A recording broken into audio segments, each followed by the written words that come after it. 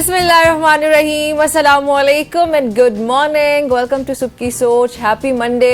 और सुबह की इस अच्छी सी सोच के साथ मैं हूं नम्रा तारिक। मैं हुसैन लियाकत। उम्मीद करते हैं कि आपका ये मंडे भी अच्छा गुजर रहा होगा। वीकेंड तो वैसे पूरे पाकिस्तान का तजब्जुब में गुजरा, ना उसमें व्हाट्सएप था, ना उसमें फेसबुक था, ना इंटरनेट सर्विसेज थी।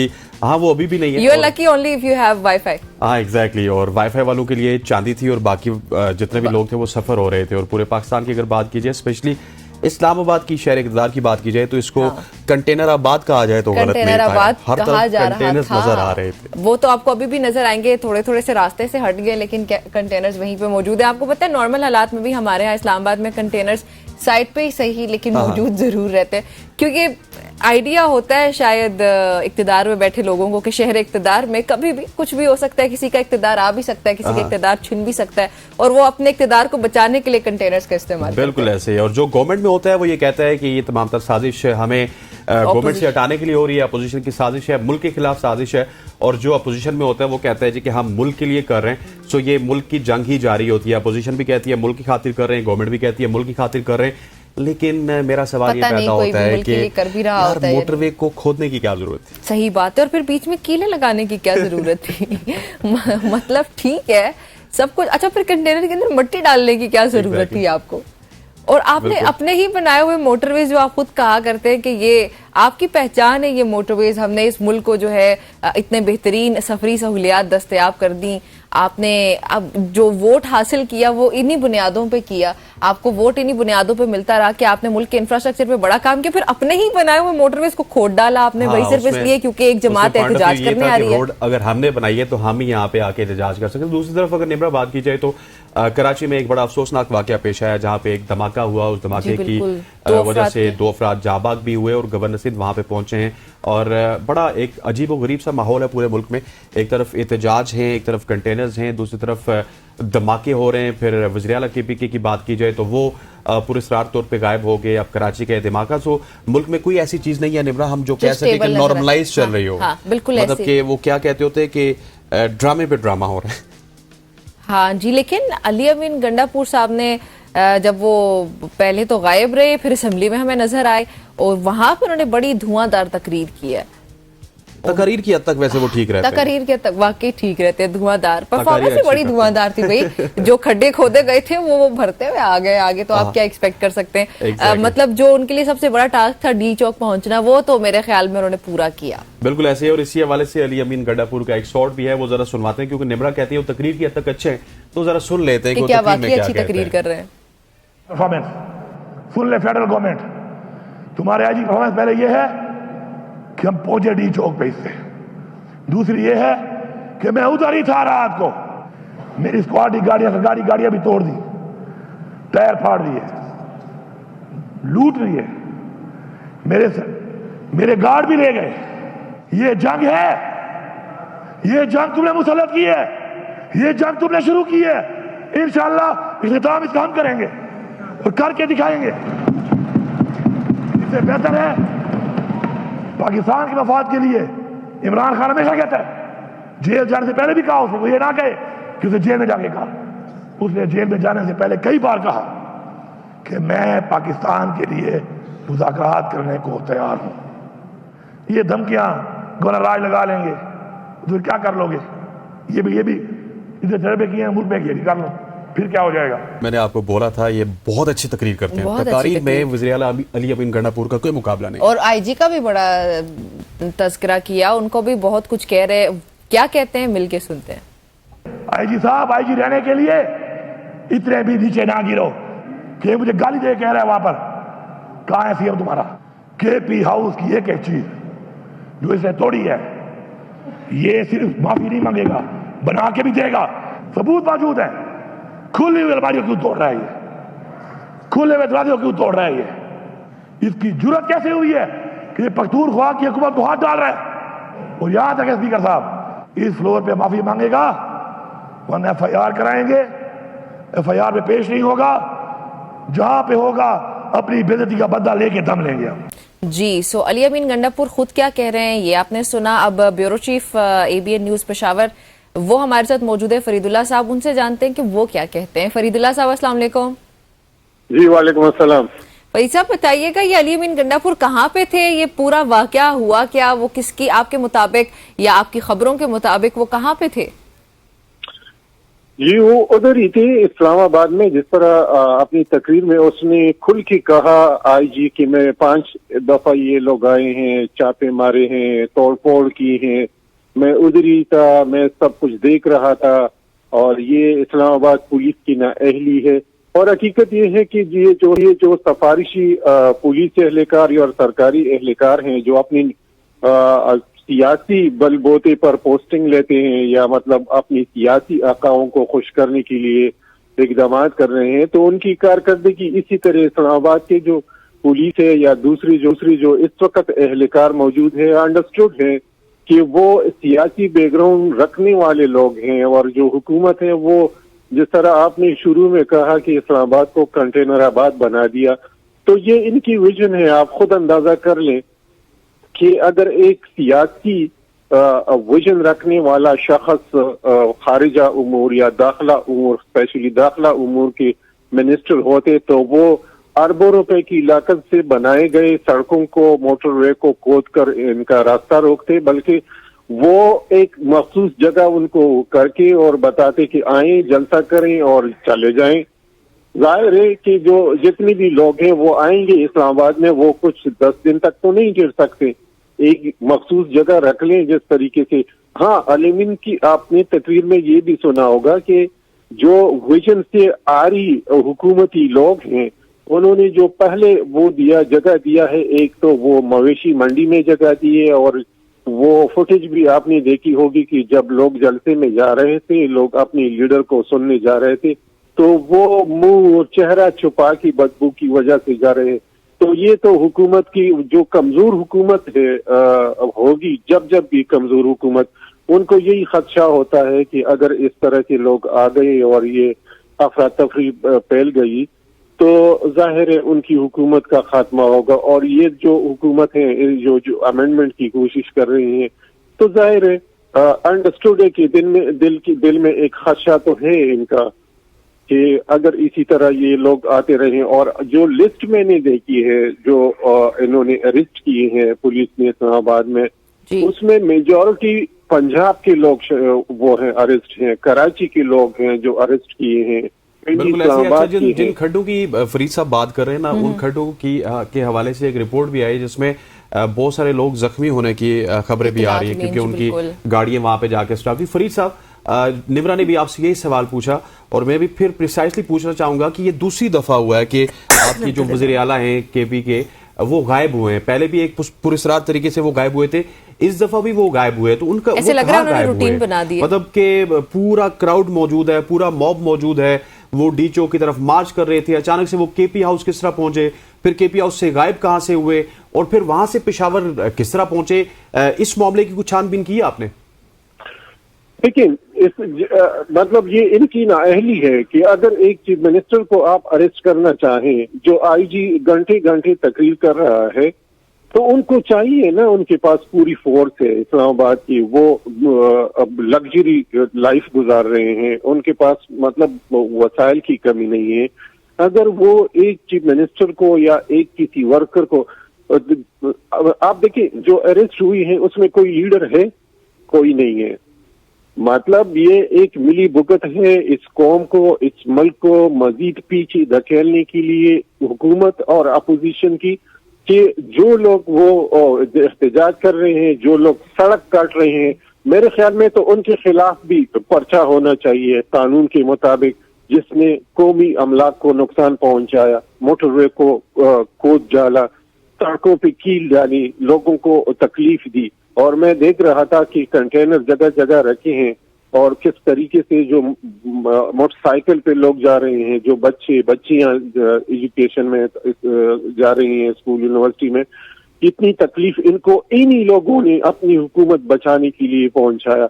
अगर इस मुल्क में कानून नाम की कोई चीज होती, मसलन ये है कि अदालतें तो रात को किसी मखसूस शख्स के लिए उठ जाती हैं, 12 बजे पहुंच जाती हैं, सो मोटो तो लिया जाता है, लेकिन इस पे कौन सो मोटो लेगा कि आखिर आपने अवाम के जो दावे कर रहे हैं कि मोटरवे हमने बनाई है, जेब से बनाई है क्या? लोगों के खून पसीने की कमाई से टैक्स ले के आपने ये सहूलत दी है, और वो भी अगर मैं इस्लामाबाद जाता हूँ तो 400-500 रुपए टैक्स देता हूँ आपको।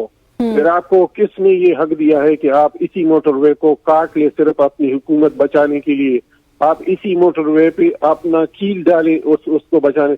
ये पाकिस्तानी लोग हैं, उनको जगह दे दें और कह दें कि आए आप 2 दिन एहतजाज करें, 3 दिन आए एहतजाज करें, अपना मुतालबा सामने लाएं और चले जाएं, कुछ भी नहीं होगा। लेकिन खदशा है इस कमजोर हुकूमत को अपनी इक़्तिदार बचाने के लिए ये कौमी दौलत को, कौमी वसाइल को तबाह कर रहे हैं। अगर एक तरफ अली अमीन गंडापुर यहाँ से सरकारी वसाइल लेके गए हैं, तो दूसरी तरफ पंजाब हुकूमत, सूबाई हुकूमत और वफाकी हुकूमत ने जो कुछ किया, मेरी नजर में अगर कोई सियासी बंदा, सियासी समझ सोच बोझ रखने वाला, बढ़ के मारने वाला ना हो और वो यकीन रखता हो सियासत में, जमहूरियत पे, बातचीत पे, मुज़ाकरात पे, तो इस मुल्क के मसाइल गुज़श्ता 1.5 साल से आप देख रहे हैं कि इसके मसाइल अवाम किस गज़ाब से, जो आपने शुरू में कहा कि इंटरनेट पे नहीं था, ये बुनियादी फैसिलिटीज है, बिजली, पानी, गैस और इंटरनेट, ये चीजें हैं,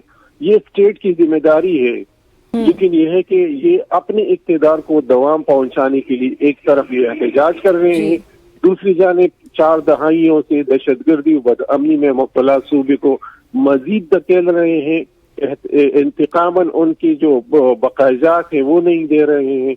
एक तरफ दहशतगर्दी, उस दिन आर्मी की, फौज की और सिक्योरिटी की लोगों ने कुर्बानियां दी है, एक कर्नल समेत शहीद, कई लोग शहीद हो गए हैं, और यहाँ आपको अपनी कुर्सी की पड़ी है, आप अपने इक़्तिदार के लिए इंतकाम की सियासत कर रहे हैं। अच्छा सर, शॉर्टली मुझे बताइएगा इससे पहले कि हम ब्रेक की तरफ चले जाएं, अली अमीन का कोई मौक़िफ़ भी सामने आया कि अब आइंदा की क्या हिकमत अमली होगी? क्योंकि हमने यही देखा है कि हर जुमा, हफ्ता, इतवार वो वापस आ जाते हैं और फिर इसी तरह की चीजें हमें देखने को मिलती हैं।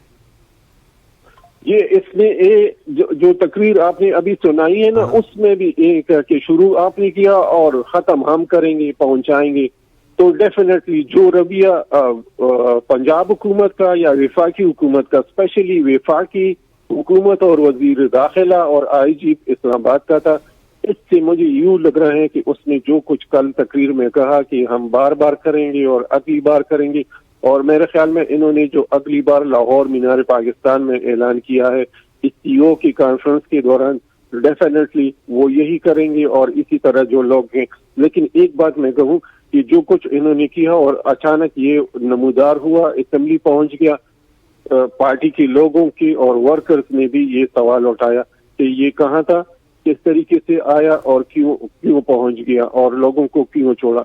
तो आहिस्ता आहिस्ता इनके लोग भी उससे पीछे हट रहे हैं, सिर्फ इस वजह से कि पुलिस की डर की वजह से या गिरफ्तारी की वजह से ये एक तरफ रहा और फिर बहिफाजत ये अचानक असेंबली पहुंच गया। इस्लामाबाद मुख्तलिफ मौक़िफ़ सामने आ रहे हैं। बहुत शुक्रिया जी फरीदुल्लाह साहब आपका मैं ज्वाइन करने के लिए।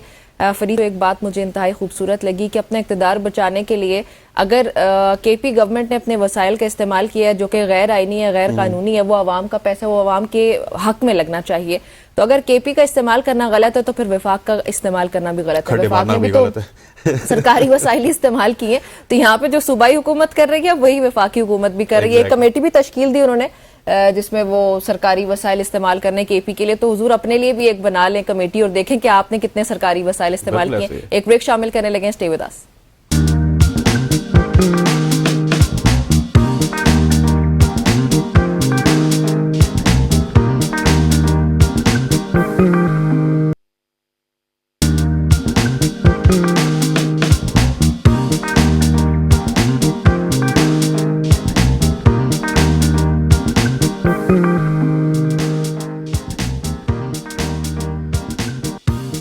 Welcome back to show. अब हम बात करेंगे पाकिस्तान तहरीक इंसाफ के धरने के हवाले से, जहां पे बहुत सारी ऐसी चीज़ें हुई जो कि हम सोच भी नहीं सकते थे कि पाकिस्तान की पॉलिटिक्स में होंगी। जिस तरह के वज़ीर आला KP के साथ हुआ, वो आए, वो किस तरह से KP हाउस में पहुंचे, किस तरह वहाँ पे रोपोश हुए, व्हाट्सएवर पहले उनकी गिरफ्तारी की खबरें आती रही, फिर हमें ये बताया गया कि नहीं, सरकारी ज़राए से पता चला कि वो गिरफ्तार नहीं हुए। इसके अलावा फिर वो अचानक से KP असेंबली पहुंचे। जिस तरह अभी थोड़ी देर पहले हम अपने ब्यूरो चीफ से बात करें, तो ये तमाम तर चीज़ें जो कि हम आज आपके सामने रखेंगे और कोशिश करेंगे कि ये हम एक्सप्लेन करने की या फिर ढूंढने की कोशिश करें जो हमारे मेहमान हों कि कहाँ थे कम से कम वज़ीर आला KP के। सही बात है, और ये मालूम करने के लिए पाकिस्तान तहरीक इंसाफ की लीगल टीम से हमारे साथ मौजूद है फैसल चौधरी साहब। फैसल साहब अस्सलाम वालेकुम। वालेकुम अस्सलाम, good morning and I hope so कि आज की मॉर्निंग थोड़ी सी बेहतर है आप लोगों के लिए। पहले तो ये बताएं कि ओवर द वीकेंड जो हुआ है ये सब क्या हुआ, गंडापुर साहब कहाँ पे थे? हमें अभी तक लिटरली समझ नहीं आ रही कि हम कौन से वाले मौकिफ के साथ जाएं, कि वो रूपोश थे या फिर गिरफ्तार थे। देखिए, हमारे लीगल जो दुनिया है उसमें तो जो अगवा होता है, जो गायब होता है, उसी के बयान पे रिलाय करना पड़ता है। तो मैं तो अली अमीन साहब के बयान पे रिलाय करूंगा। अच्छा, मतलब वो KP हाउस में ही थे? वो कह रहे हैं तो वहीं पे होंगे। अच्छा, तो मतलब हम फिर रूपोश वाले के साथ जाते हैं ना? मसलन वो उन्होंने जो रात को स्पीच दी है और जो मैंने सुनी है सोशल मीडिया पे, तो वही उनका वर्जन है, वही स्टेटमेंट है। तो जाहिर है अली अमीन गंडापुर साहब वज़ीर आला हैं, KP के जिम्मेदार आदमी हैं। आई मस्ट से कि जो PTI के वर्कर्स हैं उन्होंने ये साबित किया है कि वो बहुत डाई हार्ड फॉलोअर्स हैं और एक नजरियाती पार्टी के नजरियाती लोग हैं। जिस तरह से उन्होंने पूरे पाकिस्तान को पैरालाइज किया, गवर्नमेंट भी पैनिक हो गई। हालांकि मैं समझता हूँ कि एहतजाज की इजाज़त दे दी जाती, ऑल्टरनेट वेन्यू पे दे दी जाती और एक बेहतर तरीके से हैंडल किया जाता तो सिचुएशंस बेहतर हो सकती हैं। पाकिस्तान तहरीक इंसाफ जो है वो पाकिस्तान की लार्जेस्ट पॉलिटिकल पार्टी है बियॉन्ड एनी रीजनेबल डाउट। तो उनको जलसे से मना करना, फिर जलसा की इजाज़त दे के ऐसी चीज़ें करना जिनसे वो जलसा ना कर पाए, तो ये चीज़ों से ग्रज होता है, ज़्यादा फिर हार्ट बर्निंग होती है। तो लोगों का कतारसिस होता है जलसे जुलूसों में। तो डेमोक्रेटिक सोसाइटीज़ में ये बहुत ज़रूरी होता है। और अनफॉर्चुनेटली जो लोग हैंडल कर रहे थे वो किसी पॉलिटिकल प्रोसेस से नहीं आए हैं, so they are more into this fascism, और वो ताकत से रोकते हैं, जिसकी तो मजम्मत की जानी चाहिए। और जिस तरह की मामलात चलाए जा रहे हैं, आज वकला की भी बहुत बड़ी हो रहा है, हमारा प्रोसेशन हो रहा है। आज हम इजलास कर रहे हैं जिसमें हमने आईनी तरमीम को वकला ने कराची से, पेशावर से, लाहौर से मुसरत किया, और आज लाहौर की जो इस्लामाबाद की तीनों बार एसोसिएशन है वो भी अपना एक जलसा करें और उसमें उसको मुसरत करेंगे। ठीक। अच्छा चोई साहब, मुझे ये बताइएगा कि जैसा निम्रा ने आपसे पूछा है कि पहले भी अली अमीन गंडापुर के साथ ये हो चुका, अब दूसरी दफा हुआ, लेकिन ये एक पुरस्रार गुमशुदगी होती है ना। अली अमीन गंडापुर क्लैरिफाई करते, ना ही पाकिस्तान तहरीक इंसाफ के पास इसका कोई जवाब होता है, और कारकुन कहीं ना कहीं हमें खवार होते हुए तो नजर आते हैं सर इस गुमशुदगी के बाद। जी बिल्कुल, कारकुनान की मैं देख रहा हूँ, गिले भी सुन रहा हूँ और सारी बात। असल में जो हमारा मुल्क सिक्योरिटी स्टेट है, इसको समझना चाहिए। देखिए, आज हमारी अदालत में समाअत थी, वो भी मुलतवी कर दी गई। तो थोड़ा कहे को बहुत समझिए कि हमारे कहने पे तो समाअत मुलतवी नहीं होती है, कभी भी नहीं होती है। बहुत कोशिश भी करते हैं, जेन्युइन रीजंस भी होती हैं, तो मानी नहीं जाती। लेकिन आज समाअत मुलतवी की गई है, जिसका बड़ा ऑब्जेक्ट तो यही लगता है कि वकला की खान साहब से मीटिंग ना हो, या कोई चीज़ जो नहीं रिवील होनी हो, या देर से रिवील होनी है, तो कुछ इस किस्म का सिलसिला है। तो यहाँ पे बहुत सारी ऐसे बातें होती हैं, तय दर तय पड़ते हैं, wheels with in the wheels हैं। अब इसको तो देखिए, या तो कुछ सियासी जो इनके लोग हैं वो वजाहत कर सकते हैं PTI के, और या अली अमीन गंडापुर साहब ज़रा खुद कर सकते हैं। लेकिन वर्कर्स की जहाँ तक अखबारी का ताल्लुक है, या वर्कर्स को जो हजीमत उठाना पड़ी, जो तकलीफ उठाना पड़ी, वो मैं शेयर करता हूँ। वर्कर्स फैसल साहब, आपको नहीं लगता कि ये हजीमत कुछ ज्यादा ही उठानी पड़ी है आपके वर्कर्स को? क्योंकि वर्कर्स आपके सपोर्टर्स, वो लोग जो आपके कारकुनान शुमार किए जा रहे थे इस एहतजाज के लिए, वो तो वहां पे मौजूद है। वो इतनी मुश्किल से, मतलब पूरे पाकिस्तान से आके DHO के करीब पहुंचे, लेकिन आपकी क़यादत हमें कहीं पे नजर नहीं है। एक अली अमीन गंडापुर साहब थे, वो भी गायब हो गए। फिर बाकी आपके चेयरमैन तक, बैरिस्टर गोहर कहाँ पे हैं, या दीगर आपके रहनुमा कहाँ हैं, हमें कुछ पता नहीं है।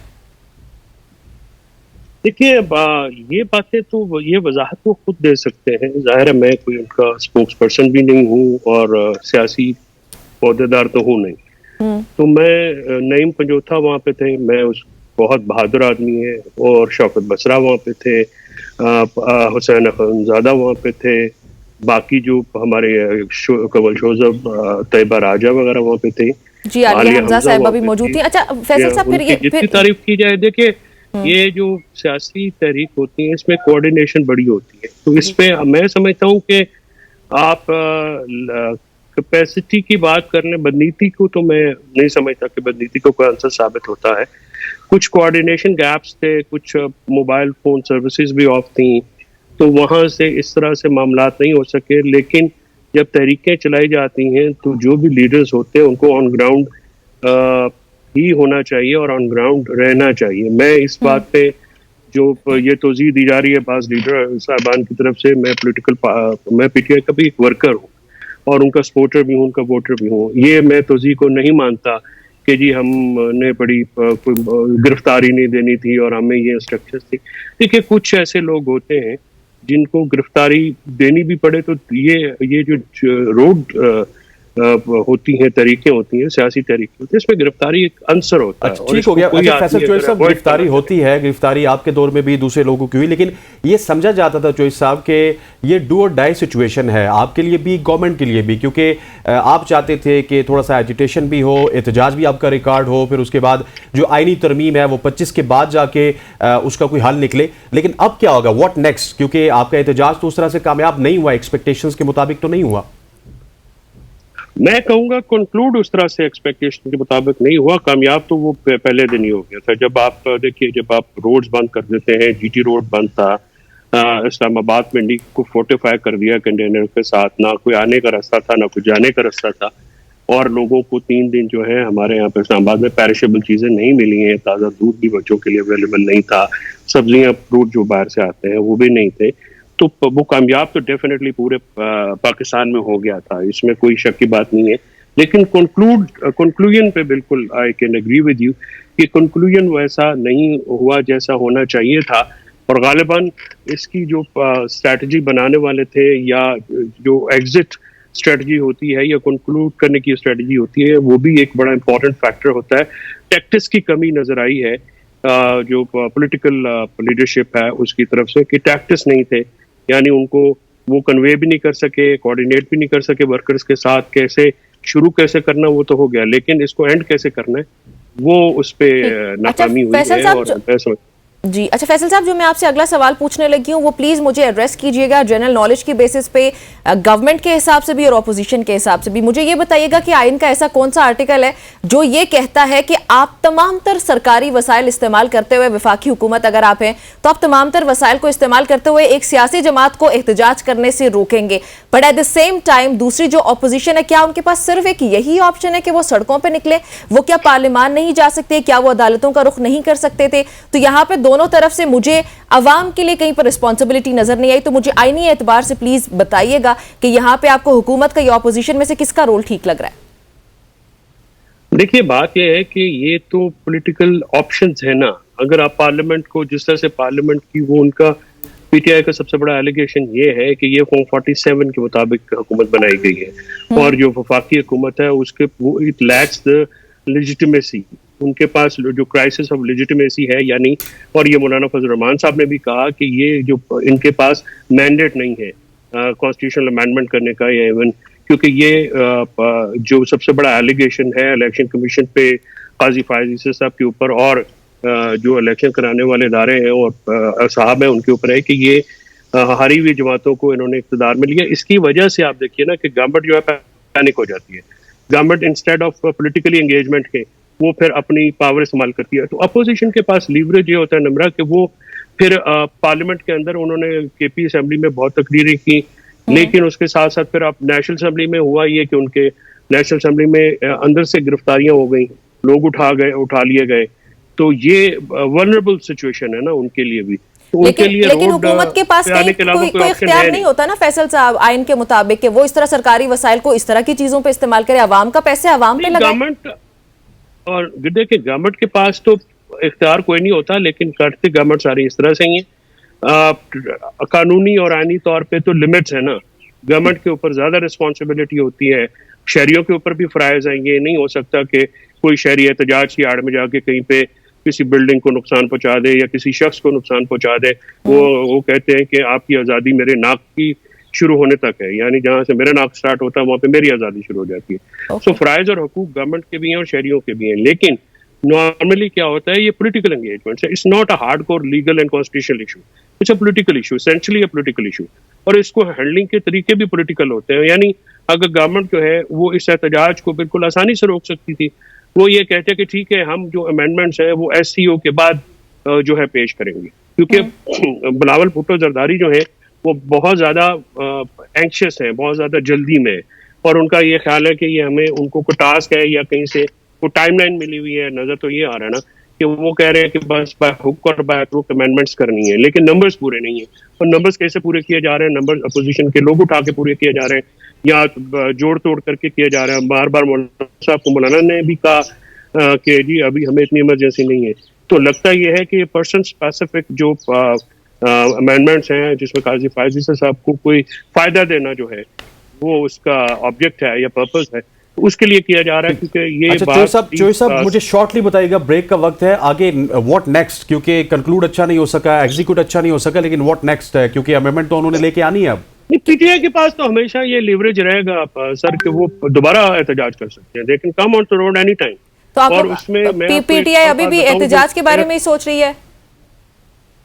देखिए वो कर सकते हैं, मेरा जो जाती ओपिनियन है, मेरा पर्सनल ओपिनियन है। PTI तो क्या सोचते जा रहे हैं उनके पॉलिटिकल ऑफिस होल्डर बताएंगे ना जी कि उनके स्ट्रेटजी क्या है, लेकिन अवाम और इमरान खान ये डायरेक्ट लोग इमरान खान की कॉल को मैसेज को समझते हैं। जो बीच में लीडरशिप जो है वो इररिलेवेंट हो चुकी है बहुत हद तक, यानी उनकी जो तरीका उनका जो रोल है वो सिर्फ मैसेज पहुंचाने तक है। बाकी जो लोग हैं वो इमरान खान की कॉल पे डायरेक्ट निकलते हैं, और इमरान खान जो है वो किसी टाइम कॉल देंगे तो लोग इसी तरह से निकलेंगे।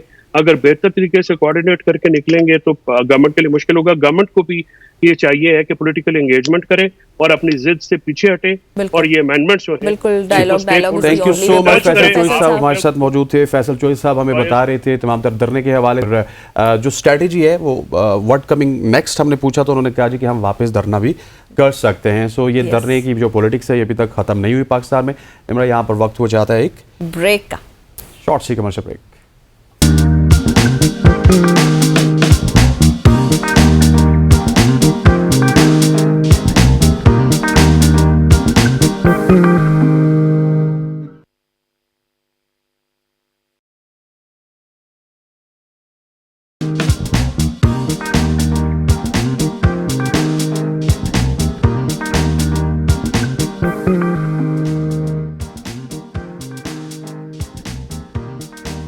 Welcome back to Subah ki सोच। बिल्कुल जी, welcome back to Subah ki सोच। और हसनैन, आपको पता है कि अभी जो अब माजी को तो छोड़ दे, माजी को भूल जाते हैं, हम सिर्फ बात करते हैं जो कल परसों हुआ पाकिस्तान तहरीक इंसाफ का जो एहतजाज था, धरना था, व्हाटएवर इट वाज। इसमें एक चीज जो होती है वो हमारी सहाफती कम्युनिटी के साथ है, जो उनको दरपेश मसाइल होते हैं। यकीन जानिए जब आपके पास मोबाइल फोन नेटवर्क नहीं है, जब आपके पास इंटरनेट नहीं है, उसके बावजूद हमारे रिपोर्टर्स, चाहे वो ABN न्यूज़ हो या कोई भी इदारा हो, तमाम तर रिपोर्टर्स फील्ड में अपनी जान की परवाह किए बगैर, क्योंकि हालात इतने संगीन थे, लेकिन लम्हा बा लम्हा आपको वो रिपोर्ट कर रहे थे और हकायक से आपको आगाह कर रहे थे। और ये आसान काम नहीं होता। तो जहां पे हम सब के हुकूक की बात करते तो वहां पे प्लीज सहाफियों के हुकूक की भी बात किया करें, और खास तौर पर जिनको पेश आने वाले मसाइल हैं उनके बारे में बात होनी चाहिए, उनके हल के बारे में बात होनी चाहिए और उनके तहफ़्फ़ुज़ की बात होनी चाहिए। जाहिदा राव हमारी पाकिस्तान तहरीक इंसाफ के रिपोर्टर हैं, उसकी पाकिस्तान तहरीक इंसाफ की बीट रिपोर्टर है। जी जी, बीट बोलने ही लगी थी क्या जी, ABN के रिपोर्टर है और पाकिस्तान तहरीक इंसाफ की बीट को कवर करती है। लेकिन अभी रिपोर्ट करते हुए उनको बहुत से मसाइल पेश आए जो कि आम तौर पे तमाम तर सहाफ़ियों को पेश आते हैं। जाहिदा यहाँ पे अकेली नहीं थी, लेकिन अभी हमारे साथ जाहिदा इन स्टूडियो मौजूद हैं। उनसे पहले पूछते हैं कि क्या मसाइल दरपेश आए उनको, फिर उनके ऊपर तज्जिया भी करेंगे। वो हमारे साथ उसके लिए मौजूद होंगे PJ मीर साहब। जाहिदा अस्सलाम वालेकुम। बिल्कुल ऐसी है जी, जाहिदा आपको भी खुश आमदीद कहते हैं। PJ मीर साहब हमारे साथ मौजूद होंगे। पहले जाहिदा से हम पूछेंगे कि जाहिदा आपको क्या कुछ डिफिकल्टीज हुई, क्योंकि इन्होंने कह दिया पाकिस्तान तहरीक इंसाफ की रिपोर्टर, लेकिन पाकिस्तान तहरीक इंसाफ की बीट रिपोर्टर हैं आप। आपने काफी लंबे अरसे से आप ये काम कर रही हैं। किन किन मुश्किलात का, स्पेशली कल से आपकी हम वीडियोस देख रहे हैं पूरे पाकिस्तान में बहुत ज्यादा वायरल हुई हैं, जिस तरह आपका पुलिस का बिहेवियर आपके साथ, तो क्या कुछ आपने देखा है पिछले 2-3 दिन में? पिछले 2-3 दिन से क्या सहाफ़ियों के साथ बदतमीजी की जा रही थी, मोबाइल छीने जा रहे थे। तो कल मेरे साथ ये हुआ कि मैं वीडियो बना रही थी, पीटीआई के कारकुनान को गिरफ्तार किया जा रहा था, और कल की बात नहीं, हम तो रोज़ाना बना रहे थे। जैसे ही गिरफ्तार कर रहे थे, वीडियो बना रही थी, तो वहाँ पर इस्लामाबाद पुलिस ने मुझे कहा कि आप यहाँ पर क्या कर रही हैं। मैंने कहा सर आप भी ड्यूटी कर रहे हैं, मैं भी ड्यूटी कर रही हूँ, जैसे आपका काम है यहाँ पर गिरफ्तार करना, मेरा काम है इदारे को रिपोर्ट करना कि यहाँ पर एक्चुअली हो क्या रहा है। तो लेकिन उन्होंने मेरी बात नहीं सुनी। तो इधर से मर्द पुलिस अहलकार थे, उधर से ख़वातीन पुलिस अहलकार थी, और मर्द पुलिस अहलकारों ने बाकायदा ठट्ठा मारकर हंसे हैं और इशारा किया ख़वातीन को कि उन्होंने पहले ये कहा हमें तो लग रहा है कि पीटीआई की कारकुन है ये कोई, इशारा किया कि इसको गिरफ्तार करें। उसके बाद मैंने उनको कार्ड निकाल के दिखाया, उसके बाद भी वो कहते रहे कि आप मोबाइल दे दें, वीडियो डिलीट कर दें जो आपने वीडियो बनाई है, वरना हम मोबाइल तोड़ देंगे। मैंने कहा मोबाइल तो मैं नहीं दूंगी। लेकिन जब मैंने नहीं मोबाइल दिया तो ख़वातीन पुलिस अहलकार ने मुझे घेरा में दे लिया, और मर्द उधर खड़े हो गए, और सहाफ़ी जो दोस्त थे उनसे मेरा किसी से रब्ता नहीं हो रहा था, क्योंकि मोबाइल मैंने छुपाया हुआ था, और DSN जिस दरमियान में थी वो भी मुझे नज़र नहीं आ रहे थे। तो कार्ड उन्होंने मेरा ले लिया, लेकिन एक खातून ने मुझे पीछे से मेरे बैन से, गले से, गिरेबान से पकड़ा, एक ने मेरा बाजू पकड़ा हुआ था कि शायद मैं चली जाऊँगी ना। तो मैंने कहा मैं यहीं पर खड़ी हूँ, आप कार्ड चेक कर लें, मैं इदारे से हूँ, और मोबाइल लेकिन मैं नहीं दूँगी। मीडिया पर्सन को तो आप गिरफ्तार कर ही नहीं सकते। तो मैं जो है ना, कार्ड देखने के बाद भी उनको ये नहीं लगा कि मैं सहाफ़ी हूँ, क्योंकि पहले तो वो कहते हैं हमें गलत फहमी हुई है कि शायद पीटीआई की वर्कर, लेकिन कार्ड दिखाने के बावजूद भी कभी वो इधर कार्ड फेंकते रहे, कभी उधर फेंकते रहे, और जो है 10-15 मिनट तक मुझे जो है वहाँ पे चारों तरफ घेर, और उसके बाद फिर उन्होंने बख्तरबंद गाड़ी मंगा ली कि सवाल नहीं करना, इनको बिठाएं। पीछे से मर्द पुलिस एहलकारों ने इशारा किया ख़वातीन को कि आप क्यों लेके खड़ी हैं इसको, भाई बिठाओ गाड़ी में, गिरफ्तार कर लो। तो एकदम से अचानक से किसी सहाफ़ी ने मुझे देखा कि क्या इतना शोर डला हुआ है कि गिरफ्तार, तो वो भागते हुए आए कि भाई ये सहाफ़ी है, 3 दिन से हम 14-14 घंटे उनके साथ काम कर रहे हैं, पुलिस वालों के साथ धरने में, लेकिन उनको जो है शायद हमारी शक्लें याद नहीं हुई, या वो जानबूझ कर कल जो है सहाफ़ियों को टॉर्चर करना चाह रहे थे, हिरासा कर रहे थे, हालांकि हम 3 दिन से वही बता रहे हैं जो फील्ड में हो रहा है।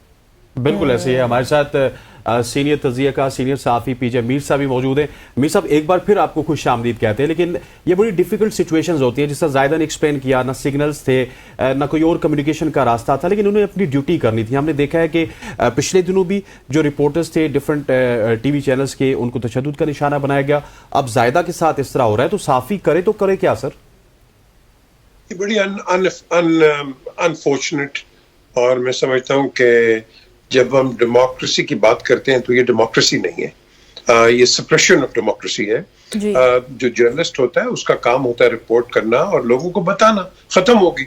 तो इन्होंने क्या साइड किसी की लेनी है, इन्होंने तो वही दिखाना है जो कि ग्राउंड पे हो रहा है। और अगर पुलिस इस तरह कर रही है जिस तरह ये बता रही है कि इनको गले से पकड़ा है, मुझे तो लगता है ये पाकिस्तान जूडो टीम की कोई टीम होगी, या इस तरह तो नहीं को पकड़ता गले से पकड़ के, या इन्होंने को तशद्दुद किया हो। She was just reporting. So I think this is not something which is acceptable. ये पाकिस्तान की नजर के ऊपर मैं समझता हूँ कि एक गहरा दाग है। देखो, प्रोटेस्ट करना हर एक का राइट है with in the law, with in the ambit of law. बिल्कुल आप करो, लेकिन ये नहीं है कि अगर आप प्रोटेस्ट कर रहे हो तो आपको अंदर कर दो। भाई क्यों अंदर कर दो? क्या जुर्म किया? क्या ये जमहूरियत नहीं है? क्या ये डिक्टेटरशिप है कोई? तो ये जो कई जो ऐसे इंस्टेंसेस हो रहे हैं, ये हमारे फॉरगेट इट कि आज की गवर्नमेंट है या पुरानी है, जो है, ये हमारा एक नेशनल इमेज जो है, इंटरनेशनल इमेज, ये बहुत खराब है, बहुत खराब इमेज है, और ये अच्छा नहीं लगता। फिर आप कहते हैं कि भाई पाकिस्तान में आके आप बिजनेस करो, पाकिस्तान में फॉरेन डायरेक्ट इन्वेस्टमेंट आओ। पाकिस्तान में तो एक ही बिजनेस आ रहा है जो कि आप लोन ले रहे हो। उसके अलावा मुझे बता दो क्या बिजनेस आ रहा है भाई? कितनी दूध की नहरें बह गई हैं, कितना डॉलर नीचे आ गया, हो रहा है सब कुछ। ये गवर्नमेंट देखो, जो राइट इज राइट, ये कर रहे हैं लेकिन स्लोली कर रहे हैं। लेकिन at the end of the day slowly कर रहे हैं, लेकिन लोगों के तो मसाइल नहीं खत्म हो रहे ना। मीर साहब, यहाँ पे तो माइट इज राइट है ना, यही तो मसला है इस मुल्क में। अब मतलब आप देख सकते हैं कि ये जो गुज़िश्ता 3 दिन में हुआ है, हर किसी ने, चाहे वो कोई सूबाई हुकूमत ही, केपी गवर्नमेंट अपने वसाइल इस्तेमाल कर रही है और विफाकी हुकूमत ने अपने वसाइल का भरपूर इस्तेमाल किया है, बेदरीग इस्तेमाल किए, बगैर सोचे कि अवाम बेचारे कहाँ जाएंगे और उनके क्या हुकूक है। ये अनफॉर्चुनेटली अगेन मैं कहूंगा, ये फर्स्ट स्ट्रिंग है टुवर्ड्स अ सिविल वॉर। देखो, अगर एक प्रोविंशियल गवर्नमेंट एक फेडरल गवर्नमेंट के साथ हेड ऑन कोल्यूजन कर रही है एंड वाइस वर्सा, आप कह लो रिटेलिएशन हो रही है, व्हाट इज दैट? ये एक सिविलियन अनरेस्ट है, और ये civilian unrest it has to stop for the sake of the country. ये पार्टीज आएंगी जाएंगी, we don't care, we care about the country. हमने पाकिस्तान का ख्याल करना है या पॉलिटिकल पार्टीज का करना है? हमने तो देखना है कि इस मुल्क के अंदर अमन हो। यहाँ 126-27 एम्बेसीज आपकी पड़ी हुई हैं, आप क्या इंप्रेशन दे रहे हैं उनको, मुझे बता दो। ये हमारा इतना गंदा इंप्रेशन है, आपका क्या ख्याल है? ये एम्बेसीज अपने डिस्पैचेस में ये नहीं करती हैं, इनके लोग जलसों में होते हैं, वो जाके अपनी रिपोर्ट देते हैं अपने जो उनके जो कंसर्न डिपार्टमेंट्स हैं, और वो फिर पीछे भेजते हैं अपने फॉरेन ऑफिसेज में कि पाकिस्तान में ये हो रहा है। डू वी रियलाइज कि हम अपना कितना डैमेज कर रहे हैं? तो भाई अगर ये निकल आए हैं, जैसे मैंने पहले कहा, कानून के दायरे में प्रोटेस्ट करें, नो हार्म। कानून के बाहर जा रहे हैं, आराम से पकड़ के इनको बंद कर दो, खत्म हो गई बात। लेकिन ये जो जर्नलिस्ट के ऊपर आप ये कर रहे हैं, ये आपके खिलाफ जाएगा। ये कहीं भी आप चले जाओ, आपको कहीं ना कहीं एक पॉलिटिकल हिट इनसे फिर मिलेगी। आई एम श्योर ये जो खातून है, कभी इनको मौका मिलेगा, will she have a soft spot for the police? No, I don't think so. So आपने ऐसा काम करना है कि जो मिलजुल के करें for the betterment of the country and betterment of the state of affairs जो कि prevalent है उस वक्त। लेकिन हम जाहिलों की तरह करते हैं, आप माजी की बात करते हैं, बात करें आप काजी की, तो छोड़ें आप, हमने चलना है आगे। बिल्कुल ऐसे ही हमने आगे चलना है। जायदा, मैं इससे पहले कि मीर साहब के पास वापस जाऊं, आपने ये एहतजाज बड़ा क्लोजली मॉनिटर किया है। कितनी बड़ी तादाद में पाकिस्तान तहरीक इंसाफ के लोग थे जो यहाँ पे पहुंचे, लेकिन वही बात है कि एक लीडरलेस आवाम थी, लीडर्स वहां पे नजर नहीं आ रहे थे। जी बिल्कुल, बदकिस्मती से पाकिस्तान तहरीक इंसाफ की लीडरशिप वर्क फ्रॉम होम कर रही थी। सिर्फ सोशल मीडिया पर एक वीडियो आती थी और कहा जाता था कारकुनान को निकले। MNAs को ये बताया गया कि बानी पीटीआई की जानिब से कहा गया कि आपने नहीं निकलना, लेकिन MPs हमें नजर नहीं आए। मुझे लगता है कि पाकिस्तान तहरीक इंसाफ के रहनुमाओं की यही वजह है शायद ना आने की ना, क्योंकि वो रूपोश है सारे। हाँ, मना किया गया MNAs को आईनी तरमीम के लिए हवाले से गिरफ्तार किया जा सकता है, आईनी तरमीम पास करे, लेकिन MPs किधर हैं, टिकट होल्डर किधर हैं, कोई भी ऐसा बंदा नजर नहीं आया जो MNA के अलावा MPA भी नजर नहीं है। आवाम खुद ही लीडर है, और अब तहरीक इंसाफ की सियासी कोर कमेटी ने भी फैसला किया कि एहतजाज तो जारी रहेगा, लीडरशिप हो या ना हो, यह आवाम की और बानी पीटीआई की जंग है। तहरीक जो है आवाम के हाथ में दे दी है। फिर आपने देखा जब लीडरशिप के बगैर एहतजाज होता है, हमने देखा अलीमीन गंडापुर साहब काफिले को छोड़ के जो है KP के हाउस चाय पीने चले गए, रेस्ट करने चले गए। वहां पर मैंने वर्कर को शेल खाते हुए देखा, रबड़ की गोलियां उन पर बरसाई जाती, और वर्कर कह रहे थे कि हम तो इस बंदे के लिए जान देने के लिए तैयार थे, कैसा मर्द अंदर जाकर बैठ, मतलब इतना कीमती वर्कर तहरीक इंसाफ का जाया कर रहे। डिसअपॉइंट हुआ इनसे। मीर साहब, आप क्या समझते हैं कि क्या वाकई गंडापुर साहब ने अपने सपोर्टर को ही डिसअपॉइंट कर दिया है? वो जानबूझ के रूपोश हुए, अरेस्ट हुए, वो कहाँ गए थे? आपकी इस पे क्या राय है? और साथ ये भी बताइएगा कि अब क्योंकि ये जलसा हो गया, धरना हो गया, तो व्हाट नेक्स्ट, पीटीआई क्या करेगी? देखिए, सबसे पहले जब आप कहते हैं ना लीडर लीड करता है जी, ठीक है, इनका लीडर इस वक्त अरेस्टेड है और सिर्फ उन्हीं की कॉल के ऊपर लोग निकले, लेकिन ये बाकी तो लीडर्स हैं, they are not leaders. Leader अवाम के अंदर खड़े होते हैं, और जब अवाम के साथ हो रहा है फिर उसको भी सफर करते हैं। सो आई एम सॉरी टू से, ये लीडरशिप नहीं है, ये प्लीडरशिप है, और प्लीडर्स जो होते हैं they don't last as leaders. बात आती है व्हाट नेक्स्ट सिर्फ यही है कि आई थिंक मैं बार बार कह रहा हूं हर शो में, प्रोग्राम्स में, कि खुदा के लिए एक दूसरे के साथ बैठ के बात करो। और भाई तुम आपस में बैठ के बात नहीं करोगे, ये सारे इंडिविजुअली कहते हैं हमने जी इंडिया से बात करनी है कश्मीर के मसले पे। वो कश्मीर के मसले पे क्या बात करो, तुम तो आपस ही बैठ के बात नहीं कर रहे। बिल्कुल ऐसे ये बात नहीं कर रहे। माजरत के साथ वक्त खत्म हो गया मीर साहब, लेकिन आपका बहुत शुक्रिया मैं ज्वाइन करने के लिए। जाहिदा, आपका बहुत शुक्रिया को खराज तहसीन इतने हिम्मत और जज्बे के साथ लम्हा बा लम्हा ABN न्यूज़ की स्क्रीन पे हम सबको रिपोर्ट करने के लिए। नाज़रीन, गुफ्तगू आपने सुनी है जाहिदा राव की भी, और मीर साहब भी हमारे साथ मौजूद थे। सहाफ़ियों के हुकूक के लिए भी प्लीज़ कोई बात किया करे, और सहाफ़ियों की तहफ़्फ़ुज़ के लिए भी बात किया करें। यहाँ पे हम शामिल करने लगे एक ब्रेक, हमारे साथ ही रहिएगा।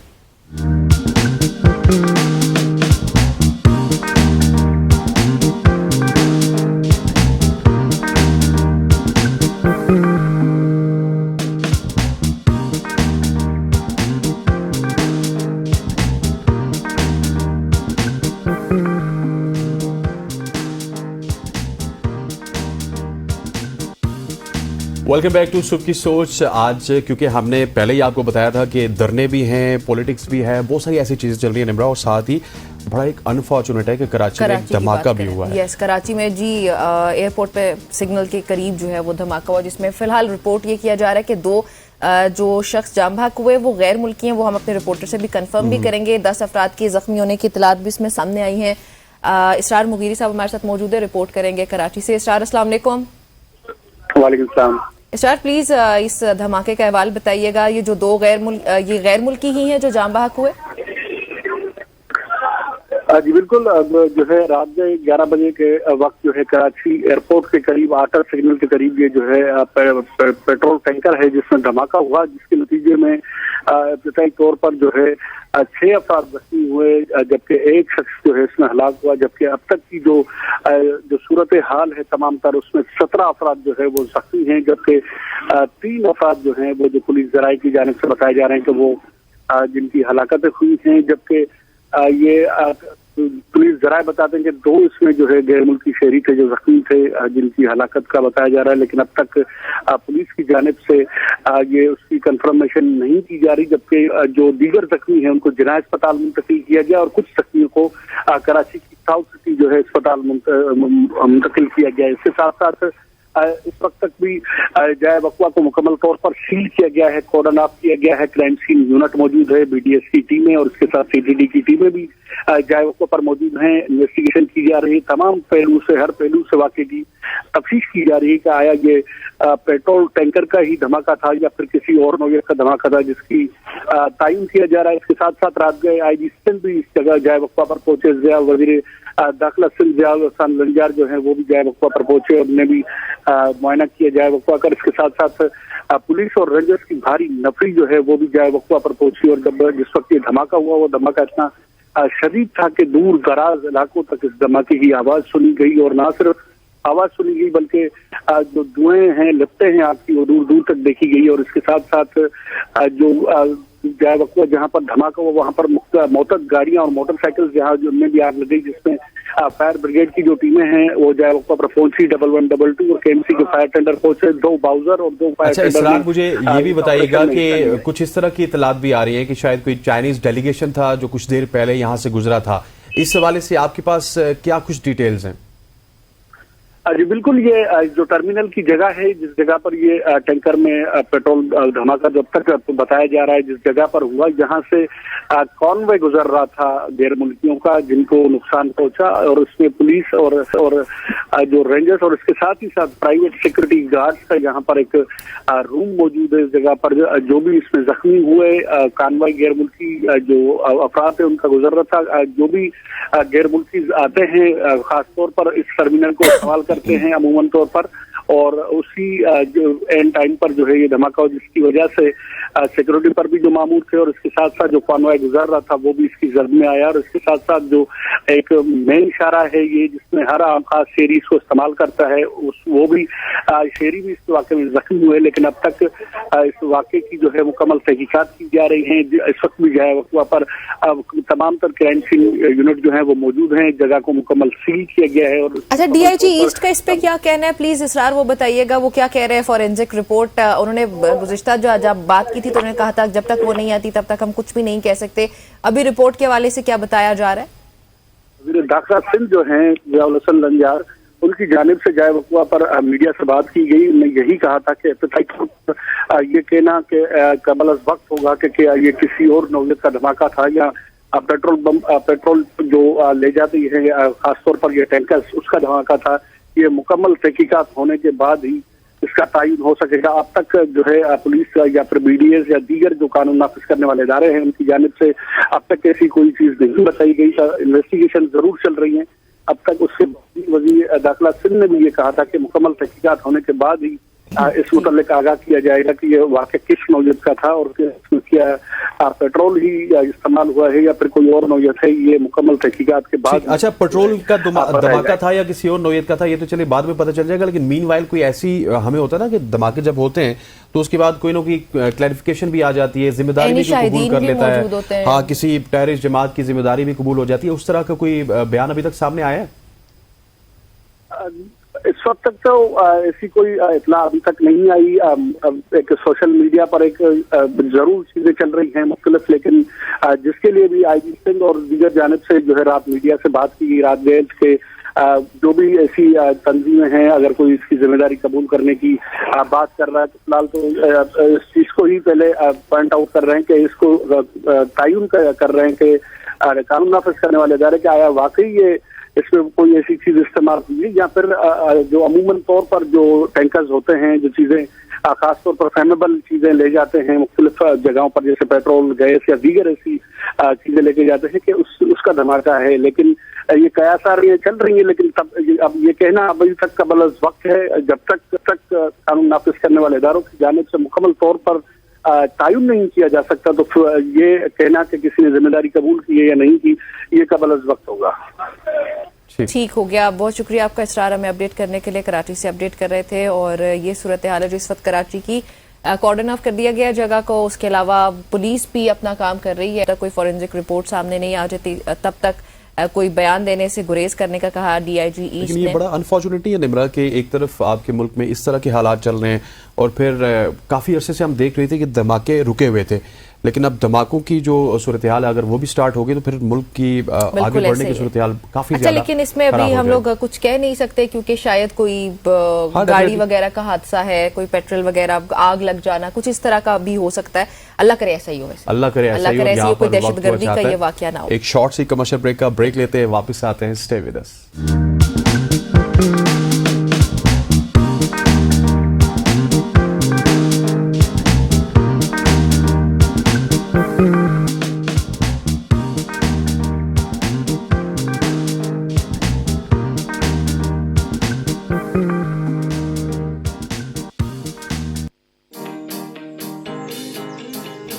Welcome back to Subah ki सोच। हम अब बात करेंगे क्रिकेट के हवाले से। पाकिस्तान और इंग्लैंड के माबेन पहला टेस्ट इस वक्त मुल्तान में जारी है, जहां पे पाकिस्तान ने टॉस जीतकर पहले बल्लेबाजी का फैसला किया और यूं लग रहा था कि पाकिस्तान का ये फैसला दुरुस्त साबित होगा। लेकिन पहले आपको बताते चलें तो 4 रन पे पाकिस्तान के जो ओपनिंग बल्लेबाज हैं साइम अयूब वो आउट हो चुके।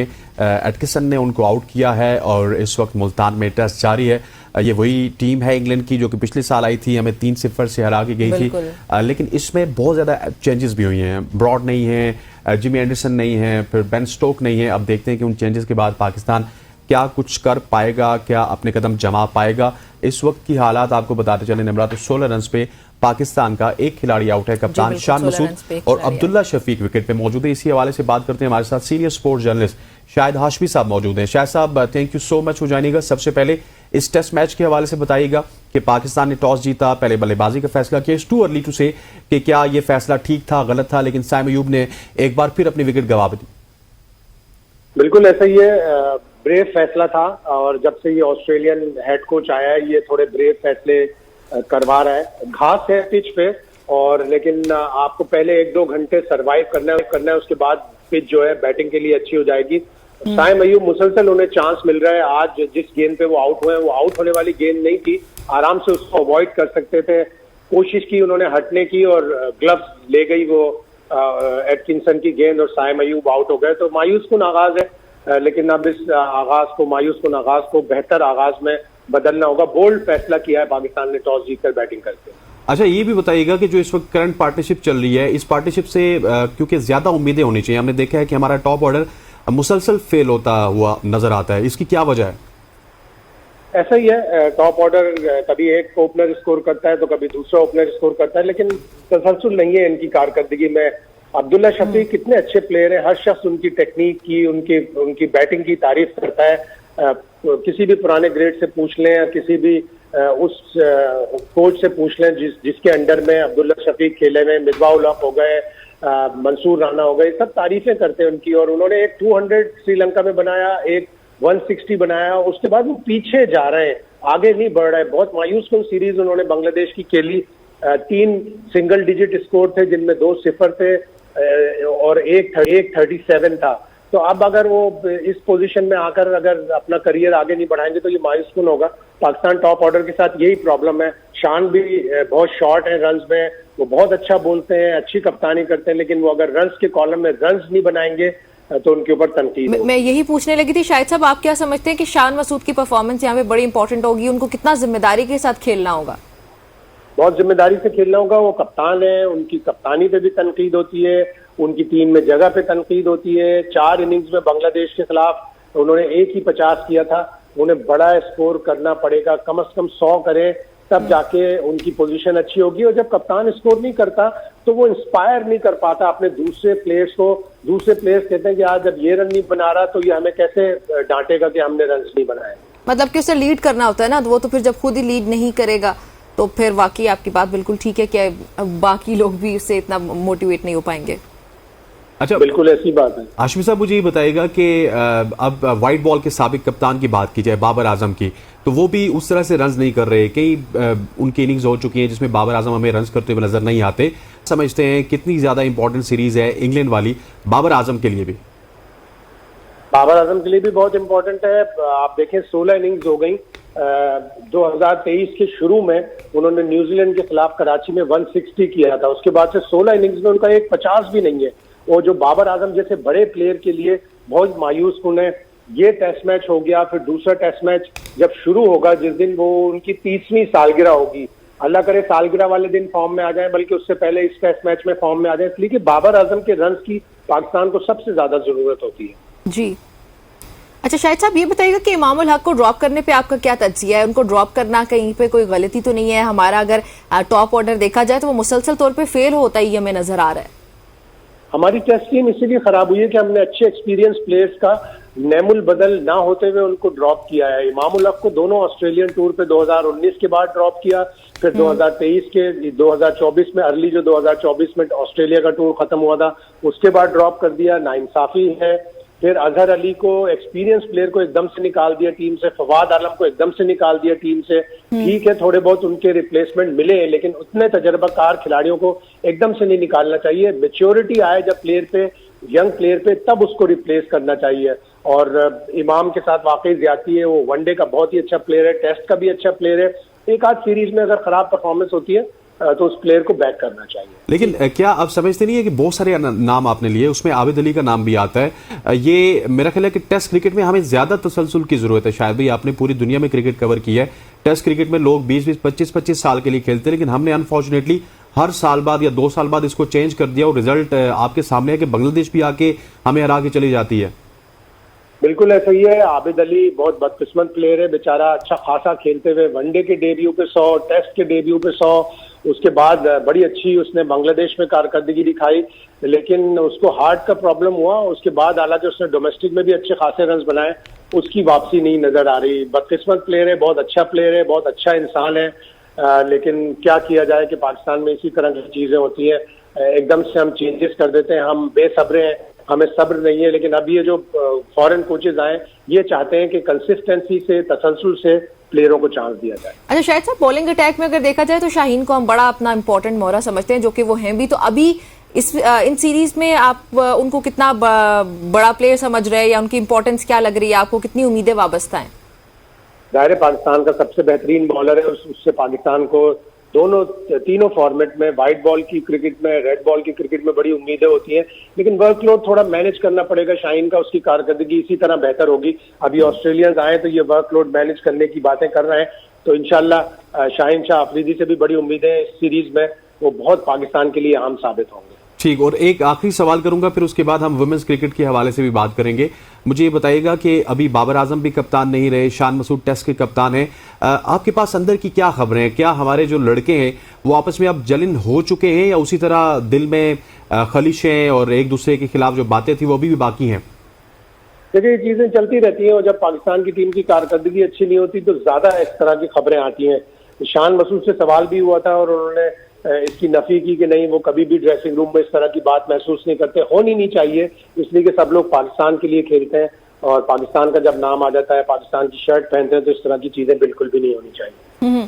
अच्छा शाहिद साहब, वुमेन्स क्रिकेट की जैसे हसनैन ने कहा, हम उस पर बात कर लेते हैं। हमारी इंडिया से हारने की क्या वजह लगी आपको? देखिए, पहला मैच बहुत ही अच्छा खेला था श्रीलंका वाला, जिसमें हमने इंटेंट शो किया, हिटिंग भी की, फातिमा सना ने ऊपर से भी मुनीबा ने स्कोर किए। कल के मैच में स्कोर बहुत कम था, 105। उसके बावजूद पाकिस्तान ने फाइट अच्छी की, लेकिन मेरी समझ में नहीं आया कि इंडिया जैसी टीम के साथ जो बचपन से स्पिनर्स को खेलते हैं, उनकी विकेटें स्पिन को साजगार के लिए साजगार होती हैं और उनके सारे बैटर्स, चाहे वो मर्द हो या खवातीन हो, बेहतरीन बैटिंग करते हैं स्पिनर्स के खिलाफ। हमने 6 स्पिनर खिला दिए और एक बेंच पे अच्छी फास्ट बॉलर बैठी हुई थी, तस्मिया रुबाब, जो कि मुल्तान में उसने डेब्यू किया था साउथ अफ्रीका के खिलाफ और इम्प्रेस किया था उसने अपनी स्पीड से, अपनी बॉलिंग से।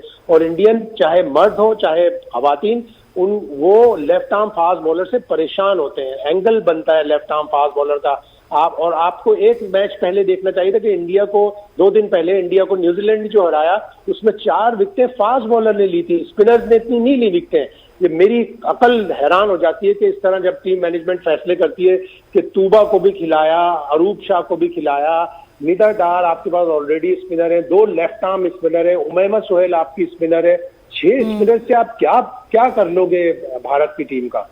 ये आशिफ साहब, ये इस वजह से भी तो नहीं हुआ कि हमने जो लास्ट मैच था श्रीलंका के खिलाफ वो स्पिन अटैक ने हमें जितवाया, तो शायद कहीं बैक एंड पे चल रहा हो मोहम्मद वसीम के माइंड में, अब्दुल रहमान के माइंड में कि हम स्पिनर से एक मैच जीत चुके हैं तो अगला मैच भी हम स्पिनर से जीत जाएंगे।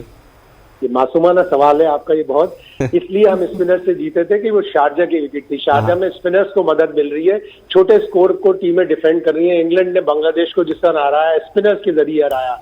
तो शारजा और दुबई में बड़ा फर्क है। दुबई जो है वो उसकी छत ऐसी है कि जिसकी वजह से बहुत ज्यादा वहाँ हवा नहीं आती अंदर, और वहाँ पे जो पिच है वो स्पिनर्स के लिए इतनी साजगार नहीं है जितनी फास्ट बॉलर के लिए। ये चीजें टीम मैनेजमेंट को पता होनी चाहिए, होमवर्क करके आना चाहिए। अच्छा, मैंने एक चीज ऑब्जर्व किया सर, वुमेन क्रिकेट को ना, जिस तरह निम्रा हम फॉलो करते हैं मेंस क्रिकेट को, उतना फॉलो शायद उस तरह नहीं किया जाता। लेकिन मैंने ये चीज नोट की कि निदा डार जब से कप्तानी से हटी है, लास्ट मैच अगर आप श्रीलंका वाली भी मैच को देख लें तो टीम मुझे जली नजर आई है। क्या आपका भी तज़किया यही कहता है कि इस दफा टीम में एक नई रूह मौजूद है अगर वुमेन्स क्रिकेट की बात की जाए तो?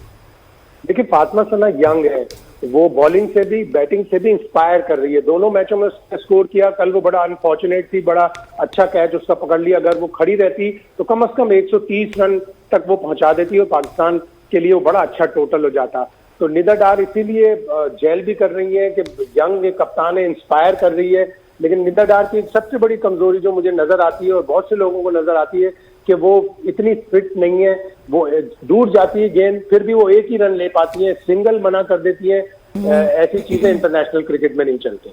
अच्छा शाहिद साहब, वैसे अगर हम लोग एक आम सवाल पूछना चाहें कि पाकिस्तानी क्रिकेट टीम की अगर बात की जाए, अब हालात कुछ बदले हैं, इन हालात में आपको कुछ बेहतरी नजर आती है? आपको लगता है कि हमारी टीम फिर से ग्रो करती हुई हमें नजर आएगी, या फिर वर्ल्ड कप में कोई रिजल्ट प्रोड्यूस करेगी? वर्ल्ड कप में बिल्कुल ऐसे ही है। देखिए, सबसे पहले तो जो पाकिस्तान क्रिकेट बोर्ड ने विमेंस विंग में एक बैडमिंटन की साबिका प्लेयर को हेड लगाया हुआ है। बैडमिंटन की प्लेयर को क्रिकेट की क्या समझ होगी, और वो 3 साल से उस ओहदे पे फाइज है। हर जगह नजर आती है, वो हर जगह नजर आती है। वो मैन ऑफ द मैच, वो जो प्लेयर ऑफ द मैच का अवार्ड होता है वो देती भी नजर आती है। वो वेन्यूज पे पहुंची भी होती है। खुदा के वास्ते अच्छी कोई फॉर्मर विमेन क्रिकेटर कोच जैसे सना मीर हो गई, जैसे उरूज मुमताज हो गई, अस्माविया इकबाल हो गई, नाहिद खान हो गई, इस तरह की किसी प्लेयर को जिनका तजर्बा हो। शमसा हाशमी थी उससे पहले जो को बड़ा अच्छा चलाती थी। इस तरह की खवातीन को अगर आगे लेके आएंगी तो पाकिस्तान की विमेन्स क्रिकेट भी तरक्की करेगी। लेकिन मोहम्मद वसीम जब से कोच आए, पाकिस्तान टीम में इंटेंट नजर आया है हिटिंग का, विकेट लेने का और फाइट करने का। ठीक, मोहम्मद वसीम के आने के बाद आपको बेहतरी नजर आ रही है, लेकिन आप ये चाहते हैं हाशमी साहब के ऊपर भी तब्दीलियां होनी चाहिए ताकि मुकम्मल एक प्रोफेशनलिज्म नजर आए हमारी वुमेन्स टीम में भी? एडमिनिस्ट्रेशन में, जब तक आप एडमिनिस्ट्रेशन में तब्दीली नहीं लाएंगे, आपको नई अच्छे रिजल्ट मिलेंगे। आपको टैलेंट हंट करना पड़ेगा, आपको नॉर्दर्न एरियाज में जाना पड़ेगा, लंबी मजबूत लड़कियों को सेलेक्ट करना पड़ेगा जो पावर हिटिंग है। हमारी बदकिस्मती हुई इस साल के शुरू में, बल्कि पिछले साल आयशा नसीम नाम की एक एबटाबाद की लड़की ने बड़ा इंप्रेस किया था। इंडिया के खिलाफ उसने पावर हिटिंग करके चौके छक्के लगाते पाकिस्तान का एक अच्छा टोटल करवाया था। फिर वो खानदानी जाती वजूहात की वजह से क्रिकेट छोड़ गई। इस तरह की हमें 3-4 पावर हिटर और 3-4 फास्ट बॉलर चाहिए। उससे हमें टैलेंट हंट करवाना पड़ेगा। हमें टैलेंट हंट करवाना पड़ेगा। अच्छा, अभी की जो सूरत हाल हमारे सामने आ रही है, 31 पे 2 एक आउट है। अच्छा, तो हम मेरा ख्याल थोड़ी तेज क्रिकेट खेल रहे हैं। इंटेंट तो नजर आ रहा है सर, क्योंकि जिस तरह निम्रा ने बात की ना कि 8 गेंदों पे 9 रन बनाए शान मसूद ने और 27 गेंदों पे 18 रन बना चुके हैं अब्दुल्ला शफीक। सो इसी इंटेंट के साथ खेलना होगा, क्योंकि हमने देखा है शायद भाई निम्रा बिल्कुल ठीक कह रही है कि हम अगर इंटेंट के साथ नहीं खेलेंगे तो इंग्लैंड की टीम पिछली दफा की तरह बहुत तेज खेलती है। तेज क्रिकेट खेलनी, बिल्कुल ऐसा ही है। पहली इनिंग्स बड़ी खेलनी पड़ेगी, इसलिए कि पाकिस्तान दूसरी इनिंग्स बहुत बुरी खेल रहा है। दोनों बांग्लादेश के टेस्ट मैच में, एक में 172, एक में 146, दूसरी इनिंग्स बहुत बुरी खेल रहा है। तो टेस्ट मैच के सारे रन पहली इनिंग्स में ही बना लें। ठीक। अच्छा शायद साहब एक और, क्योंकि आप वापस मेंस टीम की बात कर रहे हैं, तो आपने पूरी दुनिया में क्रिकेट कवर किया है। जो टेस्ट क्रिकेट होती है, जो होम साइड होती है, वो उसका मुकम्मल एडवांटेज लेती है, लेकिन शायद भाई क्या वजह है कि हम वो एडवांटेज क्यों नहीं ले रहे? क्या कोई हमारे दिमाग में कोई डिफरेंट चीजें चल रही होती है मैनेजमेंट के या पीसीबी के?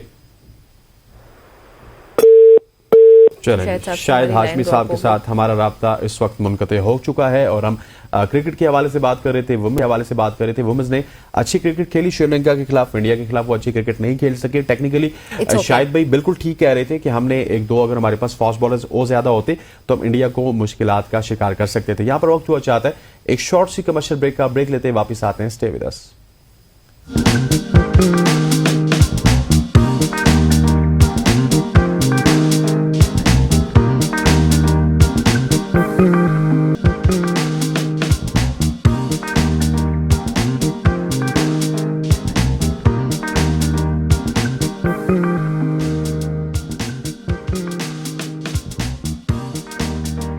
Welcome back everybody. एक बार फिर से खुशामदीद कहते हैं। इस वक्त हसदैन आपका फेवरेट सेगमेंट भी आ चुका है जी, मेरा फेवरेट सेगमेंट भी आ चुका है, पाकिस्तान का फेवरेट है ना। हमारे देखने वालों का भी फेवरेट सेगमेंट होगा जिसमें हम आपको बताएंगे कि आपका ये हफ्ता कैसा गुजरेगा। उसके लिए हमें ज्वाइन कर रही है समरा। समरा, अस्सलाम वालेकुम।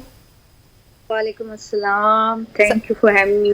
You are welcome. Samra please start करते हैं मेरे ख्याल में आज का हमारा जो ये खूबसूरत सेगमेंट है। जी जी जी, स्टार्ट करें हम जी, स्टार्ट फ्रॉम एरीज। एरीज से स्टार्ट करते हैं हम।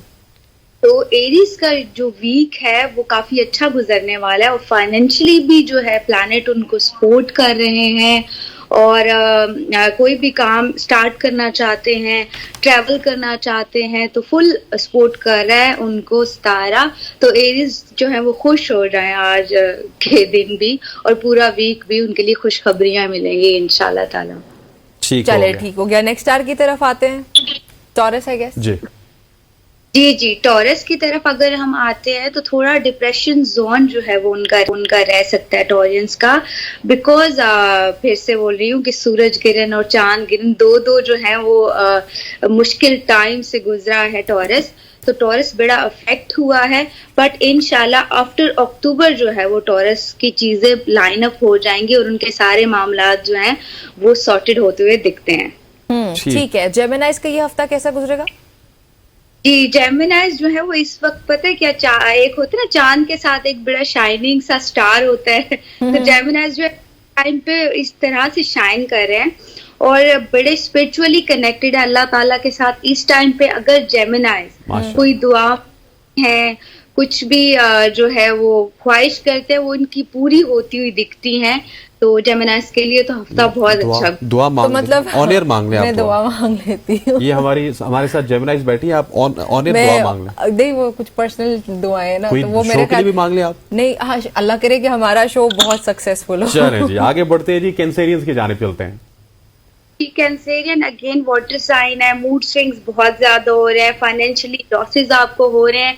इसमें आपने घबराना नहीं है कैंसेरियंस। आपने करना क्या है, एक तो हर चीज का सोल्यूशन मैं वैसे भी कहती हूँ कि सदका है। जब अल्लाह ताला से ट्रेड करेंगे तो आपकी चीजें वैसे जो है अच्छी और बेहतर हो जाएंगी। तो आप अपना सदका दें और दोस्तों के साथ आउटिंग वगैरह पे जाएं ताकि आपका मूड जो है वो खुशगवार रहे। ठीक हो गया। अच्छा समराना, हमारे साथ कॉलर्स भी आ सकते हैं। हम लोग पहले अनाउंस करते चलें, आप लोग हमें कॉल कर सकते हैं अपने कोई सवाल, किसी कारोबार, सेहत, शादी, anything if you want to ask तो आप पूछ सकते हैं। नंबर्स प्लीज अगर अनाउंस कर दें। 0518901008 और दूसरा नंबर है 0512624946। इन दोनों नंबर्स पे आप कॉल कर सकते हैं।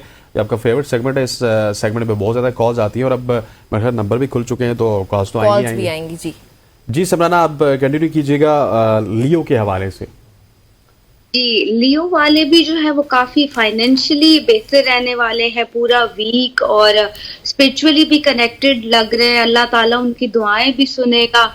हमारे बहुत से जो मीडिया रिलेटेड दोस्त हैं, पॉलिटिशियन जो हैं हमारे, उनके लिए भी बड़ी खुशखबरी है। मजीद पावर में जो है वो लियोज आते हुए दिख रहे हैं और बहुत अच्छा इस टाइम पे प्लानिंग पोजीशन। सॉरी समराना, आपको किसी लियो पॉलिटिशियन का पता है? नाम ले सकती हैं आप? जी, लियो जो है मुझे स्पेसिफिकली तो नहीं पता, बट बहुत से इंडिया से और इससे बिलोंग। चले, ठीक हो गया, ठीक हो गया। नेक्स्ट स्टार वर्गोस का ये हफ्ता कैसा रहना है? अच्छा, वर्गो जो है वो थोड़ा प्लीज कैलकुलेटिव रहे, वर्गो जितने भी हैं, मीन्स के पैसा आपने जाया नहीं करना, क्योंकि आने वाले वक्त में भी आपको थोड़ी सी मुश्किलें जो है वो इस हवाले से पेश आ जाए। तो आपने जो है वो कैलकुलेटिव रहना है, अपना पैसा संभाल के रखना है, किसी को अक्टूबर ड्यूरेशन में ना उधार देना है और ना ही उधार किसी से लेना है, क्योंकि अगर ये हो गया तो फिर जो है वो गलत भी हो सकता है। तो जरा केयरफुल रहिएगा वर्गोस। वर्गोस को उधार लेना भी नहीं है और देना भी नहीं है किसी को। हाँ, वो बल्कि उनको अपनी दुकान पे लिखना चाहिए उधार एक जंग है जो कि बंद है। आगे चलते हैं जी लिब्रा की जानिब। अच्छा जी, लिब्रा जो है इस टाइम पे Libra been through very critical time. Libra के जो मूड स्विंग्स हैं लिब्रा के, अच्छा हासिदीन में दिन ब दिन जो है वो इजाफा होता जा रहा है। जितने भी लिब्रास हैं, बहुत से हमारे पॉलिटिशियंस हैं, बहुत से हमारे मीडिया के फ्रेंड्स भी बिलोंग करते हैं, तो मैं उन्हें कहूंगी, बल्कि मैं सजेस्ट करूंगी कि वो थोड़ा इस टाइम पे जिप अप अगर कर लें अपने माउथ को तो ज्यादा बेहतर रहेगा, क्योंकि कोई भी चीज जो है वो उनको कंट्रोवर्सी में डाल सकती है। तो इस हवाले बहुत ही मोहतात रहे। चलें जी, नेक्स्ट स्टार हमारा आई थिंक स्कॉर्पियो है। स्कॉर्पियंस का कैसा रहेगा ये हफ्ता समराना? अच्छा जी, जो हमारे स्कॉर्पियन है वो भी अगेन वाटर साइन है, तो सेंसिटिव दिख रहा है, इमोशनल दिख रहा है। क्या पता उन्हें डिप्रेशन जो है वो इस टाइम पे बहुत हो सकता है, एंजाइटी डिप्रेशन हो सकता है। उसके लिए फिर मैं एक छोटी सी रेमेडी बता देती हूँ कि जब भी आपको डिप्रेशन या इस तरह का किसी भी स्टार के साथ, स्पेशली वाटर साइंस के साथ इस टाइम पे ये चल रहा होगा, तो क्या है कि आप अगर तीसरा कलमा जो है, हमारे पास एक बड़ा सोल्यूशन मौजूद है। अच्छा, आप जैसे ही तीसरा कलमा जो है वो रिसाइट करोगे तो इंशाल्लाह आप डिप्रेशन से, एंजाइटी से बच जाएंगे। ठीक हो गया। आगे चलते हैं जी सेजिटेरियस की जानिब, उनके हवाले से बताइएगा उनका अगला हफ्ता कैसा रहेगा? जी, सेजिटेरियस भी काफी जो है वो ग्रोथ करते हुए दिख रहे हैं। मैं उनको ये सजेस्ट करूंगी कि वो प्रैक्टिकली इन्वॉल्व हो जाए। जैसे सेजिटेरियस जो होता है अपने काम डिले कर देते हैं, तो अगर ये टाइम बड़ा सपोर्टिव है, स्पेशली जो लोग न्यू बिजनेस स्टार्ट करना चाहते हैं, न्यू इन्वेस्टमेंट करना चाहते हैं, न्यू बाइंग करना चाहते हैं, तो टाइम बहुत सपोर्टिव है और अच्छा टाइम है। तो इसका जो है वो फायदा उठाएं और अपनी चीजों को जो है वो प्रैक्टिकली इन्वॉल्व होके बेहतर करना शुरू करें। चलें जी, कैप्रिकॉन्स का ये हफ्ता कैसा गुजरेगा समराना? जी, हमारे जो कैप्रिकॉन्स हैं वो फाइनेंशियली थोड़ा उनको ख्याल रखना पड़ेगा, कैलकुलेटिव रहना पड़ेगा। फिर ये कि हेल्थ के हवाले से मुझे जो है वो इनका प्लान पोजीशन अच्छा नहीं लगता, तो हेल्थ के हवाले से और ड्राइविंग करते हुए खास तौर पे प्लीज अपना बहुत ज्यादा ख्याल रखना है, केयरफुल होकर ड्राइविंग करनी है। सड़क पार करते हुए अगर एहतियात कर लें, और जब भी कोई इस तरह की मैं बात कहती हूँ तो इसका मकसद ये होता है कि आप जो है अल्लाह ताला के साथ ट्रेड करें, सदका दें, ताकि आपकी जो है वो पोजीशन अच्छी और बेहतर रहे। ठीक हो गया। आगे बढ़ते हैं जी एक्वेरियस की जानिब, उनके हवाले से बताइएगा उनका अगला हफ्ता कैसा रहेगा? जी, सबसे ज्यादा जो अफेक्ट हो रहे हैं ये सूरज ग्रहण और चांद ग्रहण की वजह से वो हमारे एक्वेरियस हो रहे हैं। बहुत ज्यादा इमोशनली डैमेज है, डीप एंजाइटी में जा सकते हैं, डिप्रेशन हो सकता है। उसका सोल्यूशन ये है कि अगर जो हमारे एक्वेरियस हैं वो लोग अपने दोस्तों में टाइम स्पेंड करें, अपनी फैमिली में टाइम स्पेंड करें और पैनिक ना हो, अपना सदका जो है वो दे दें। और हासिदीन की बड़ी जो है ना वो बुरी नजर है एक्वेरियस पे खास तौर पे, तो उसका भी मैं छोटी सी बताती होती हूँ रेमेडी कि सूरह कौसर हमारे पास है, जो कि आप बस सिर्फ घर से बाहर निकलते वक्त 3 दफा रिसाइड कर लेंगे तो इंशाल्लाह बद नजर और नेगेटिव एंटिटीज जो है वो आपसे बहुत दूर रहेंगी। चलें ठीक है समराना, पाइसेस के हवाले से भी बताइएगा। जी, हमारा जो पाइसेस है वो भी अगेन वाटर साइन है, तो थोड़ा सा मूड खराब दिखता है, फाइनेंशियली कहीं पे स्टक हो सकते हैं। फिर ये कि अल्लाह ना करे कोई फ्रॉड या इस तरह की इंडिकेशन भी है। मैं चाहूंगी कि मिड ऑफ अक्टूबर तक आप अगर अपने काम जो है वो डिले कर दें तो वो बहुत ज्यादा सपोर्टिव रहेगा और बहुत ज्यादा बेहतर रहेगा पाइसेस के लिए। ठीक हो गया। स्टार्स, क्योंकि स्टार्स के हवाले से हमने इस वजह से भी आज जल्दी स्टार्स खत्म किए क्योंकि हमारे स्टार्स एक्चुअली में रह जाते हैं। हम जो 5-6 स्टार्स करते हैं उसके बाद कॉल्स आ जाती है। अब एक बार फिर कॉल्स की रिपीट तरफ करता बढ़ते हैं चलूं जी। कि कॉल्स आप कर सकते हैं 051-890-1008। बल्कि कॉलर हमारे साथ मौजूद भी है, जी। जाहिद साहब हमारे साथ मौजूद है। जाहिद साहब अस्सलाम वालेकुम। जी वालेकुम अस्सलाम, कैसे हैं आप? जी अल्हम्दुलिल्लाह, अल्लाह का शुक्र है। आप प्लीज अपना सवाल डेट ऑफ बर्थ के साथ बताइएगा। मेरी 31 अक्टूबर है जी 1973। 31 अक्टूबर 1993, राइट? 73। नहीं 1973। ठीक। अच्छा 73, ठीक है। सवाल तो सर? मुझे अपने स्टार ये स्कॉर्पियो बनता है, लेकिन थोड़ा सा क्राइसिस की तरफ से क्यों हो रहा है ये हालात? बिल्कुल एकदम अब जाते जाते डाउन आ गए हैं, इसकी क्या वजह है? जी ठीक है, समराना बताइएगा इनको, ये फाइनेंशियली अपना पूछना चाह रहे हैं। जी मैंने अभी थोड़ी देर पहले मैंने जो है वो वाटर साइन को डिस्क्राइब भी किया है कि ये टाइम माइट भी आपको फाइनेंशियली डैमेज कर सकती है, आपकी चीजें स्टक हो सकती हैं। तो जो है वो आप इस टाइम पे, मैंने ये भी बोला था कि खासतौर पे वाटर साइंस जो है हमारे, वो कोई लेन देन ना करें किसी के साथ भी।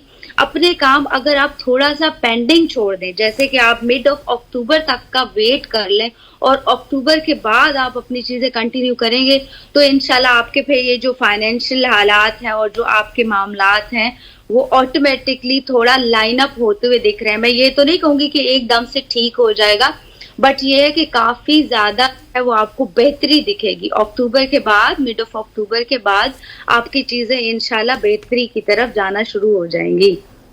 ठीक हो गया, चीजें बेहतरी की तरफ जाएंगी जाहिद साहब आपकी। अच्छा समराना, इससे पहले कि कोई और कॉल्स भी बहुत ज्यादा आ रही हैं, लेकिन वो फिल्टर करके नीचे हमें थ्रो करेंगे। मुल्की हालात के हवाले से भी थोड़ा सा बताइएगा कि अगला हफ्ता कैसा रहेगा? क्या इसी तरह की एजिटेशन रहेगी, इसी तरह के मामलात रहेंगे, या हालात आपको दुरुस्त होते हुए नजर आते हैं?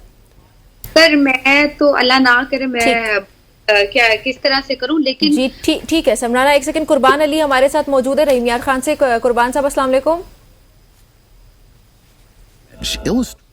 कुर्बान साहब आपको आवाज आ रही है? दिन ब दिन बहुत हालात पीछे जा रहा है जी। कुर्बान साहब डेट ऑफ बर्थ तो बता दीजिए प्लीज। ये 1/1/1971 जी। 1/1/1971। सवाल क्या है आपका? सवाल ये जिंदगी के बारे में पूछना है जी। दिन ब दिन जो काम मेरे पीछे जाता है। ठीक, मौशी हालात का पूछ रहे समराना। कुर्बान नाम है, 1/1/1971 तारीख है पैदाइश। 71 जी। ठीक हो गया, 71 का मसला नहीं, हमें 1/1 चाहिए था। 1/1/1971। देखिए न्यूमरोलॉजी के हिसाब से भी जो है वो आपकी चीजें सॉर्टेड हो जाएगी। बस वो कहते हैं ना, थोड़ा पेशेंस रखना है।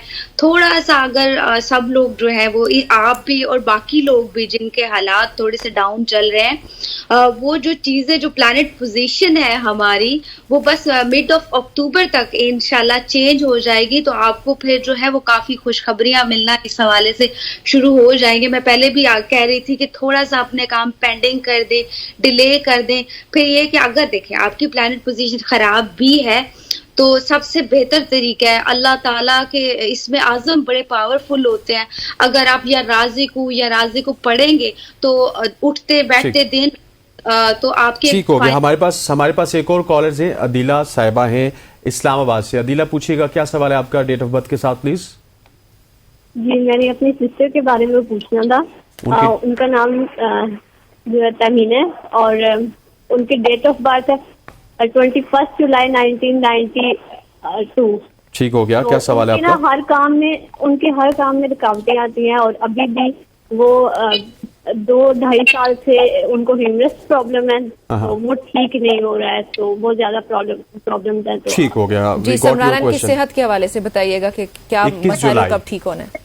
काफी कोड कर चुकी हूँ कि सबसे ज्यादा आपने नोटिस भी किया होगा कि सबसे ज्यादा जो हमारे वाटर साइंस और अर्थ साइंस है ना, वो डैमेज हो रहे हैं। जैसे कैंसेरियन है, पाइसेस है, स्कॉर्पियन है, कैप्रिकॉर्न, टॉरस, ये लोग ज्यादा डैमेज हो रहे हैं बिकॉज ऑफ प्लैनेट पोजीशन की वजह से। सेहत के हवाले से भी मैंने रेड फ्लैग्स दिए थे कि सेहत के हवाले से या फिर सड़क क्रॉस करने के हवाले से भी उनको एहतियात करनी पड़ेगी। प्लीज अगर आप लोग अपना सदका दे दें, आप जैसे ये इनका जो है वो बर्थ चार्ट भी ये कहता है कि ये सदका, देखें दवा के साथ साथ जो दुआ है ना वो भी बहुत जरूरी होती है। तो आप अपना सदका दे दे, खासतौर पे इनको तबीयत के हवाले से जो है वो किसी भी काली चीज का सदका दे दे, किसी जरूरतमंद को कपड़े ले दे, या जो होता है कोक की बोतल ब्लैक कलर में है या काले मसर होते हैं, वो अगर आप सदका दे देंगे तो सदका जो होता है वो रद्दे बिला है और सेहत के ठीक हो गया। डॉक्टर आबिद हमारे साथ मौजूद है हैदराबाद से। डॉक्टर साहब अस्सलाम वालेकुम। वालेकुम। गुजारिश ये है कि मेरे बच्चों में बड़ी इख्तलाफात हैं, ये कब खत्म होंगे और इन्हें कैसे खत्म किया जा सकता है? और आपकी डेट ऑफ बर्थ क्या है डॉक्टर साहब? 10 नवंबर 1944। क्या वापस बताइएगा? बच्चों की पूछना चाहिए। 10 नवंबर 1944। ठीक, 10 नवंबर 1944। वो कह रहे हैं कि बच्चों के साथ मेरे इख्तलाफात वो किस तरह खत्म होंगे? जी समराना जी, अगर घर में यूजुअली जो है वो बच्चों के आपस में ताल्लुकात या माँ बाप के ताल्लुकात जो है वो बेहतर नहीं है, तो उसके लिए भी ये है कि एक रेमेडी दे दूंगी कि आप या लतीफो या बदूदो, ये दो अल्लाह ताला के इसमें आजम है जो कि बड़े पावरफुल हैं। अगर आपके घर में ऑन एंड ऑफ लड़ाई झगड़ा चल रहा है किसी भी घर में, सिर्फ ये ही नहीं बाकी लोग भी सुन रहे हैं, तो काफी चीजें आपकी बेहतर होती जाएंगी। कोई लिमिट नहीं है कि आप इसको जो है वो पढ़ें, तो उसका कोई लिमिट है। जब भी आपके पास फ्री टाइम मिले आप ये पढ़ के जो है वो बच्चों पे भी फूके और अपने आप पे भी इंशाल्लाह बेहतरी आ जाएगी। ठीक हो गया। मोहम्मद आसिम साहब हमारे साथ मौजूद है चौक सरवर शहीद से। जी आसिम साहब, डेट ऑफ बर्थ के साथ सवाल पूछिएगा। सर 25 अगस्त 2004। जी ठीक है, सवाल सर पूछिएगा। मैडम कोई कारोबार का सिलसिला जो है वो नहीं चल रहा। चले ठीक है, बहुत शुक्रिया आपका हमें कॉल करने के लिए। समराना ये अपने कारोबार के मुतालिक पूछ रहे, प्लीज अगर आप प्रिसाइसली इनको बता दें। अच्छा जी, अगस्त वाले जो है मैं पहले बोल रही थी कि उनके लिए खुशखबरियां हैं, पर प्लीज अक्टूबर का वेट कर लें आप लोग, थोड़ा सा अक्टूबर का वेट कर लें। थोड़ा सा क्रिटिकल टाइम है, तो ये टाइम जब गुजर जाएगा तो उसके बाद ही जो है वो इनके लिए बेहतरी आएगी। अगर ये सफेद चीजों का सदका कर दें, अंडा, चीनी, आटा, किसी गरीब की आप मदद कर दें, तो इंशाल्लाह फिर मजीद बेहतरी आएगी इनकी चीजों में। चलें ठीक है। समराना बहुत शुक्रिया आपका हमें ज्वाइन करने के लिए, और कॉलर्स का भी बहुत शुक्रिया हमें कॉल करने प्रोग्राम का हिस्सा बनने के लिए। नाज़रीन ये थी हमारी आज की सुबह की सोच और नए हफ्ते का नया आगाज था। सो आई होप सो कि आप लोगों ने जरूर हमारे प्रोग्राम से कुछ ना कुछ सीखा होगा। इजाजत चाहते हैं, कल मुलाकात होती है, अपना ख्याल रखिएगा। अल्लाह हाफिज।